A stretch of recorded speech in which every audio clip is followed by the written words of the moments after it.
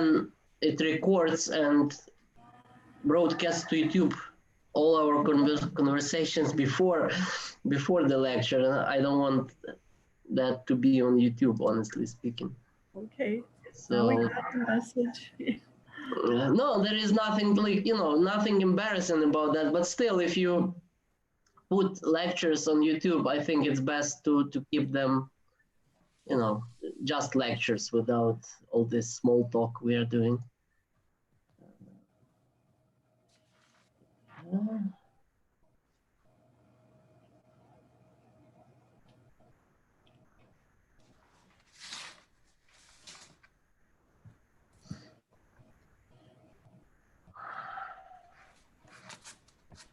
Okay.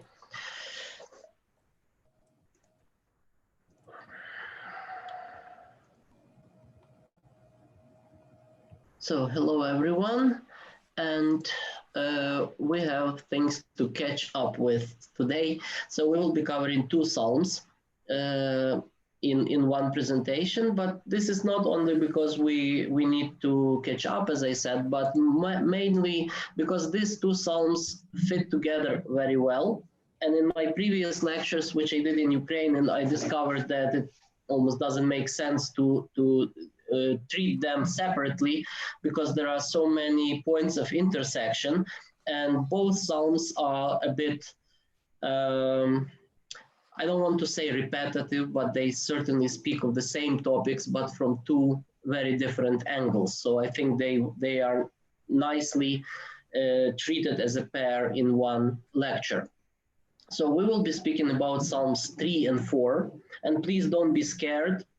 This doesn't mean that we will be covering all the Psalms in a row. So we are not going to speak about Psalms 5, 6, 7 next time, but we will jump to Psalm 8, and then to Psalm 18, and then even more to Psalm 90, and so on.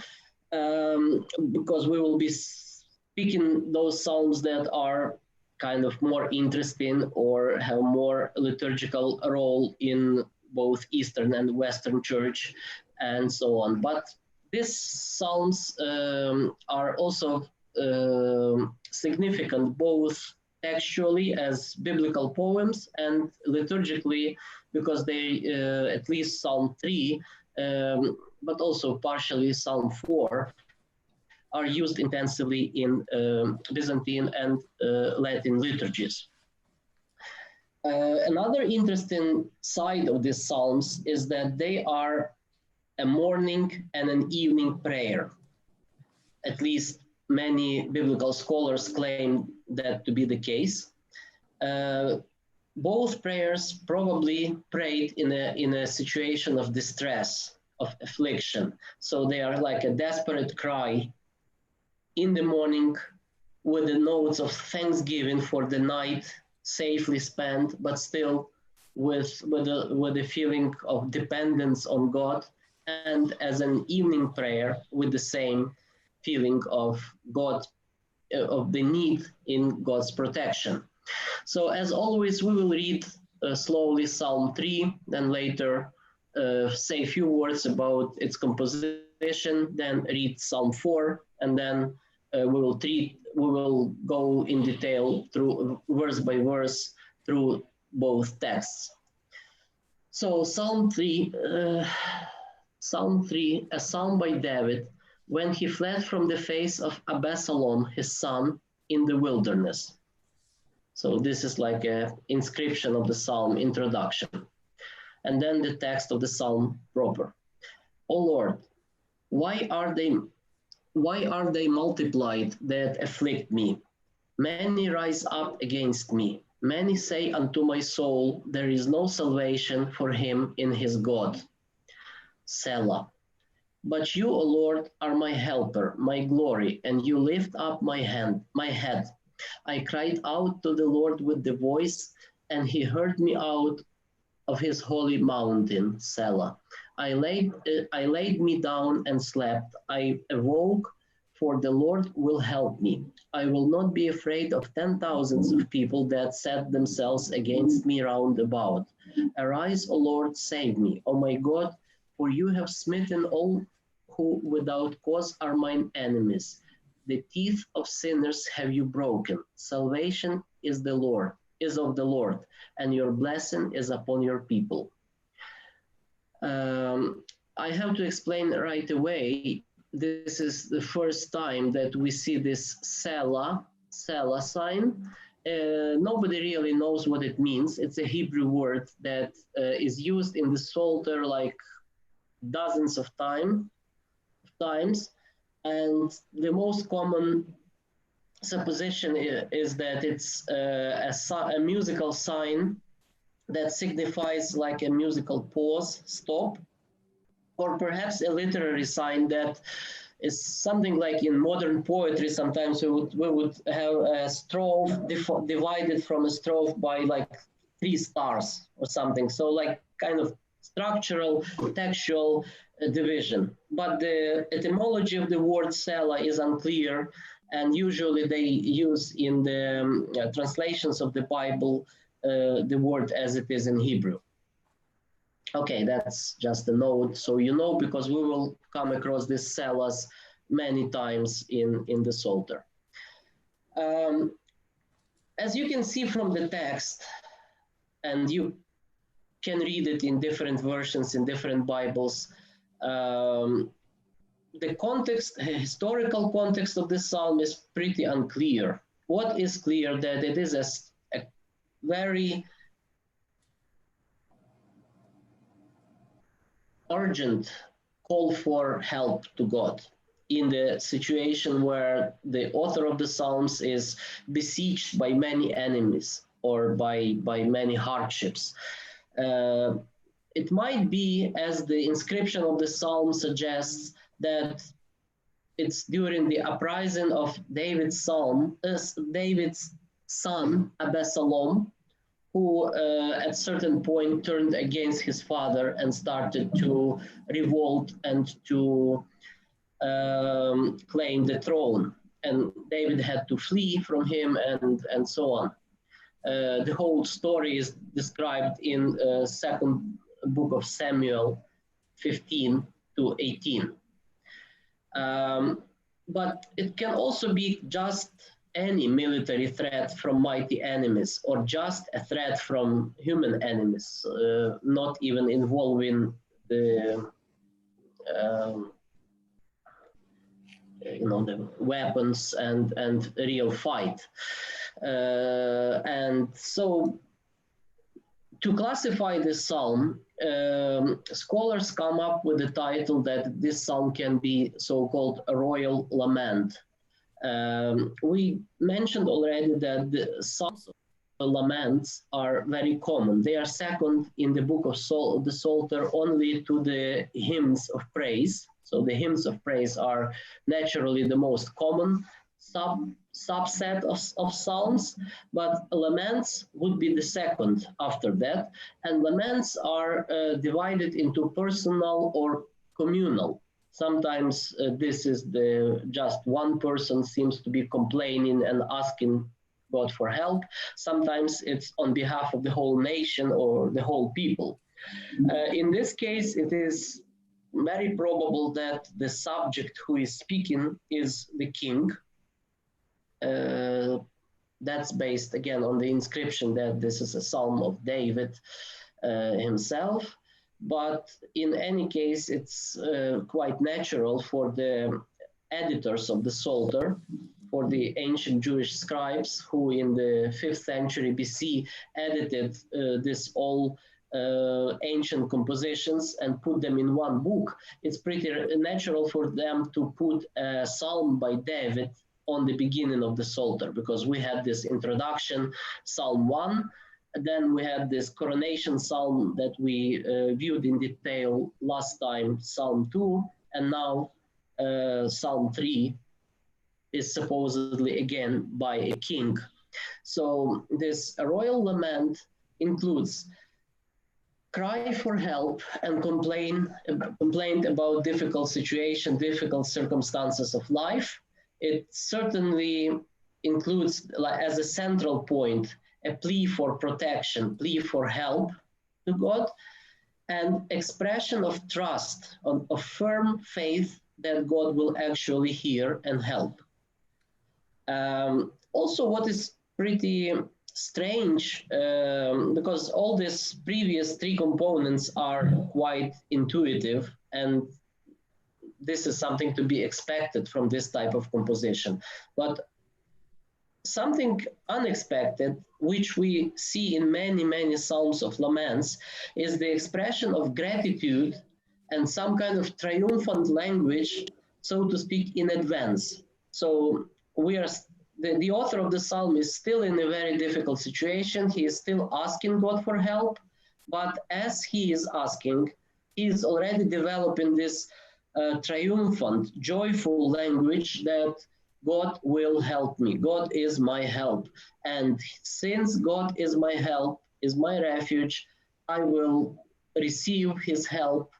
And I'm already starting to thank and to glorify God and to enjoy this victory. So it's a very meaningful, spiritually meaningful thing that is powerfully present in the text of this psalm and of many other similar psalms, that lamentation and cry for help comes together with a strong faith, as if the help from God was already received, and even gratification and glorification of God for this not yet received help, but the one the psalmist is strongly certain of.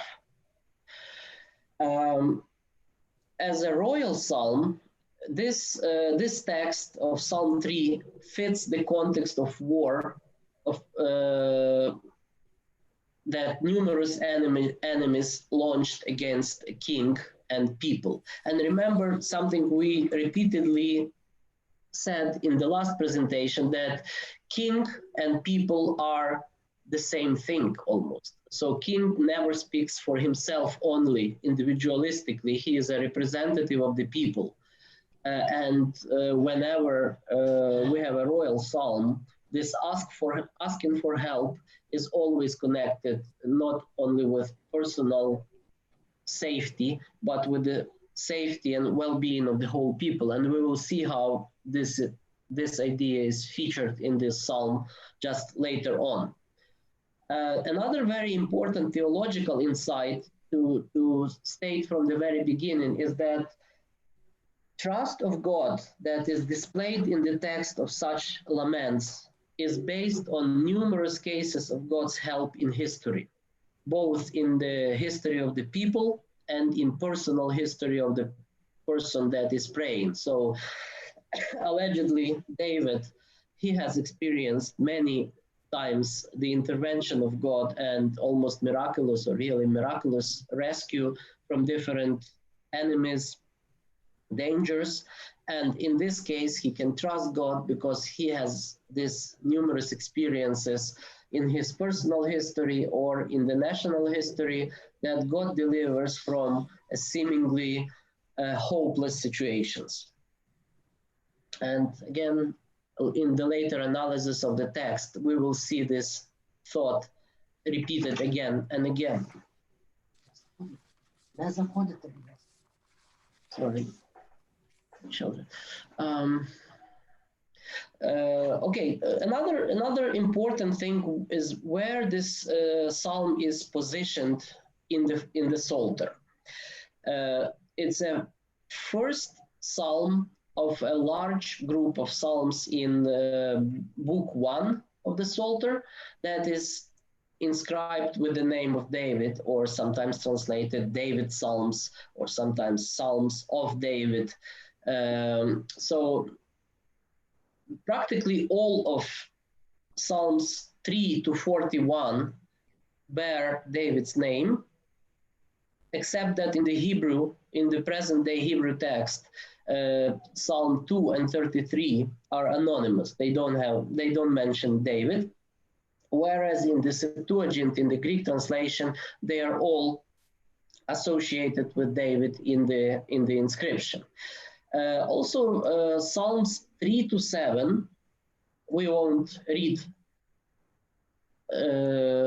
many of them, but we will read 3 and 4. But the whole group, 3 to 7, are all laments, are all spoken from a person who is severely suffering or enduring persecution or anything. Also, as I already said, Psalms 3 and 4 form a close group, being probably a morning prayer and an evening prayer, and are textually and contextually related to each other. Yeah, well, I already said that.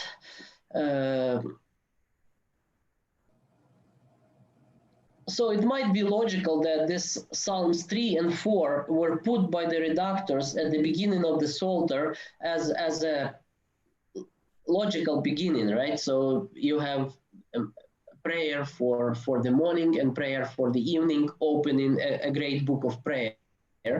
Well, that's again just a suggestion by some biblical scholars, but quite plausible one. Let's now read Psalm 4, and then we will see how they relate and what are points of interaction between them. So Psalm 4.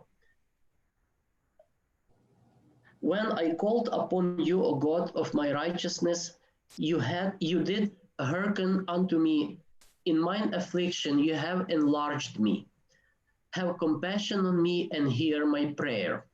O you sons of men, how long will you be slow of heart? Why do you love vanity and seek after falsehood? Know also that Lord has made wondrous Holy One, his Holy One. The Lord will hearken unto me when I cry unto him. Be angry and sin not. Feel compunction upon your beds for what you say in your hearts. Selah. Sacrifice a sacrifice of righteousness and hope in the Lord. Many say, who will show unto us good things? The light of your countenance, O Lord, has been signed upon us. You have given gladness to my heart. From the fruit of their wheat, wine, and oil are they multiplied. In peace, in the same place, I shall lie me down and sleep. For you, O Lord, alone has made me to dwell in hope. It's a pretty obscure psalm, and we will come to some explanation and analysis of its text. But from a general spirit, you can feel that these two psalms are closely related, and even on the level of terms and words and of general spirit, they are similar. Again, some biblical scholars suggest that this psalm was written by a priest from a temple circle, and it was probably intended originally as an evening prayer. Why by a priest, we will see when we analyze the text more closely a bit later. Now, what are the common structure and common images of these two psalms? So if we put them in two columns, we will see immediately there are some quite clear connections. For example, in Psalm 3, verse 2, O Lord, why are they multiplied that afflict me? Many rise up against me. Many say unto my soul, there is no salvation for him in his God. And Psalm 2 doesn't mention so many times this many multiple enemies, but does mention the same word affliction. So it's the same word in Hebrew original, the same word in Greek, and the same word here in this English translation, afflict and affliction. By the way, this affliction and the funny phrase, I think it sounds funny in English, you have enlarged me. In my affliction, you have enlarged me. I think it's pretty awkward translation of an idea that a person was in a very narrow place. He was kind of pressed from all the sides, squeezed in, oppressed. And what God does in the act of deliverance, he takes the person from this tiny place, from this pressure, and brings to a free place, place where there is a plenty of room. And so the person feels like a spring that was squeezed and all of a sudden released. You know, it's a metaphorical, poetical language in the original that is pretty difficult to translate faithfully. I do not know what it is in other versions of your Bibles. Maybe later you can read it to me. But here the idea of freedom is strongly present. Um, Also the ending, also this addressing God. I cried unto the Lord with my voice. The Lord will hearken unto me when I cry unto him. And the ending of the Psalms are significant. In the first case of the Psalm 3, I laid me down and slept. I awoke, for the Lord will help me. So there is this going to bed with assurance of God's protection and waking up in the morning with thanksgiving that the night was peaceful. And remember, this psalm is claimed to be written in the situation where David is searched after by mighty enemies and perhaps by his own son who rebelled against him. So he is really caring to spend the night without being caught and killed by the enemies. And in the second psalm, Psalm 4, in peace, in the same place, I shall lay me down and sleep. Again, it's kind of strange for us, in the same place. What does it mean? But again, if a person is persecuted, is fleeing enemies, that means that you have to change your place of night rest every night, so you are not easily traced and caught.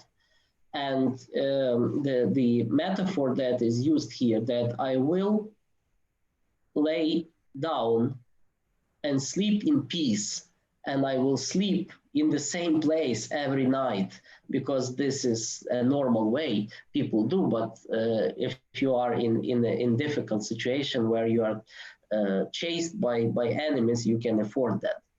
So there are clear textual links between the two texts, and that's what makes them kind of twin psalms. Um, Both psalms, especially Psalm 3, is a strong, what they call protective psalm, as a psalm that is emphasizing the help, the defending, protective power of God, of Yahweh, that is represented in the context of salvation history. So the God who has always cared about his people and about his chosen ones, he will care about us again and again. And there is a long Christian tradition of calling these psalms, like Psalm 3 and then Psalm 90 in the Septuagint version, or 91 in the Hebrew version, the one that dwells in the shadow of the Most High. Is also a very eloquent psalm of protection, often used in Christian tradition as such, as a prayer in the time of very difficult situations, circumstances. And this type of psalms are called in the tradition of the church apotropaic psalms. And the word apotrope in Greek means to turn away, or to scatter away the powers of evil. So this is almost like psalm of exorcism, of chasing away evil spirits, evil circumstances, evil thoughts, evil people. We will come to this point again a bit later. Okay, let's now look at the Psalm 3, more literary, verse by verse. In the first two verses of the Psalm, we see the use of several important terms, important images that that need to be emphasized. We will be disconnected in 10 minutes, but we still have time. As I said already, this word afflict literally means to press or to oppress a person, to limit the person to a very narrow space physically, but also metaphorically. And salvation, for us, it's a very theological term, salvation. But Hebrew word Yeshua in this context means just rescue, deliverance, or even like freeing up a person, setting one free. Um, Another meaningful term here is that God is called Elohim. So in the mouth of the people who try to discourage the author of the Psalms, who say, this many people who say to the soul of David or whoever is this, the author of the Psalm, there is no salvation for you in your God. So these are really people who are trying to undermine his everything he has, the only hope he has. And God in here in this verse is called Elohim, and Elohim is a general term for God. So it's just an abstract word meaning divinity, God. Not personal God of Israel, not the personal God that spoke to David and guaranteed his protection, because this personal God is referred to in the Bible as Yahweh by name. And we will see in the later verses of this psalm that the language will shift from Elohim, from general one, to Yahweh, to the personal God who is ready to help his beloved one. So next verse 4, but you, O Lord, are my helper, my glory, and you lift up my head. And so here, O Lord, is already this word Yahweh. So God's personal name that was revealed to Moses in Exodus chapter 3, verse 14. And also there is a very curious linguistic thing here in this psalm. This translation, my helper, is, I would say, a very loose, very free translation. In the Greek,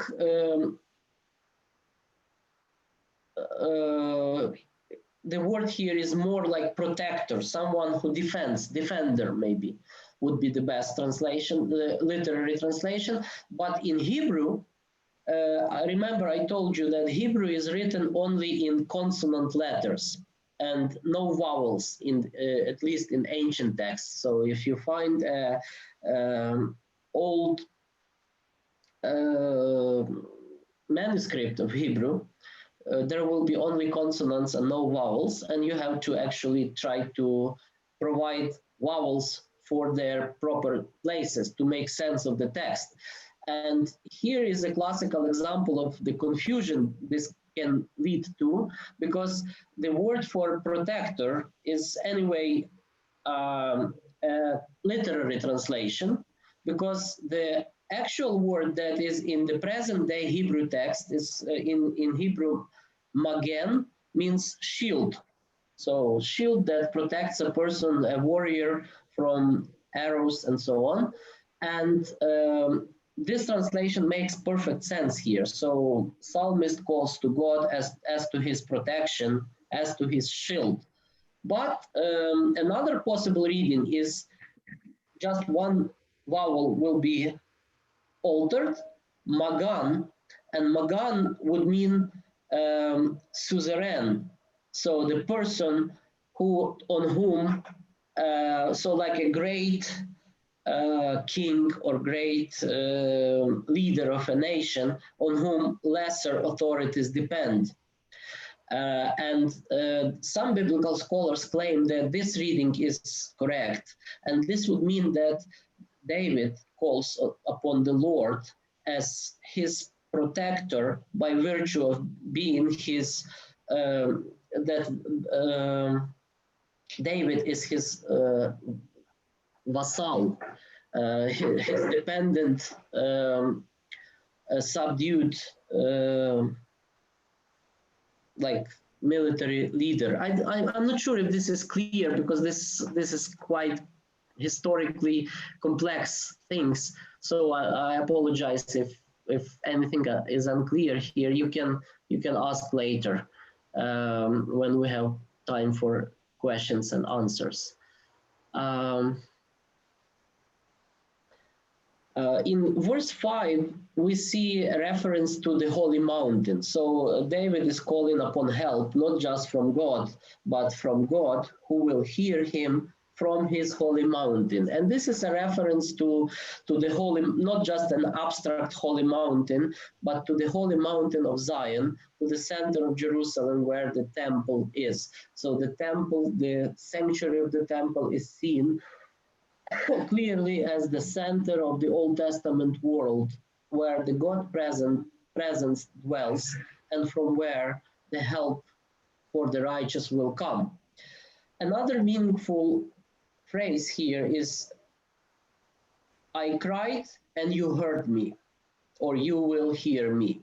But usually it's in the Greek translation, it's in the past tense. So after I cried, you heard me. So there is this connection in Psalms, I don't know, dozens of times, because it's a very important feature of psalmic poetry that expresses this already mentioned trust in advance, this experience that whenever I cried, you always heard me, you always answered my prayer in one or another form, and my cry was never in vain, it was never unanswered. The help always came, and that's the foundation on which my certainty at this time is also based.